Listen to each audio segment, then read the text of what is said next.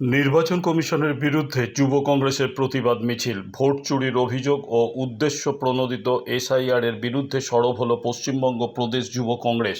কলকাতার জিপিও থেকে এক বিক্ষোভ মিছিল অনুষ্ঠিত হয় রাজ্যের মুখ্য নির্বাচনী আধিকারিকের দপ্তর পর্যন্ত। নির্বাচন কমিশনের ভোট চুরির বিরুদ্ধে জাতীয় কংগ্রেস লড়াই চায়।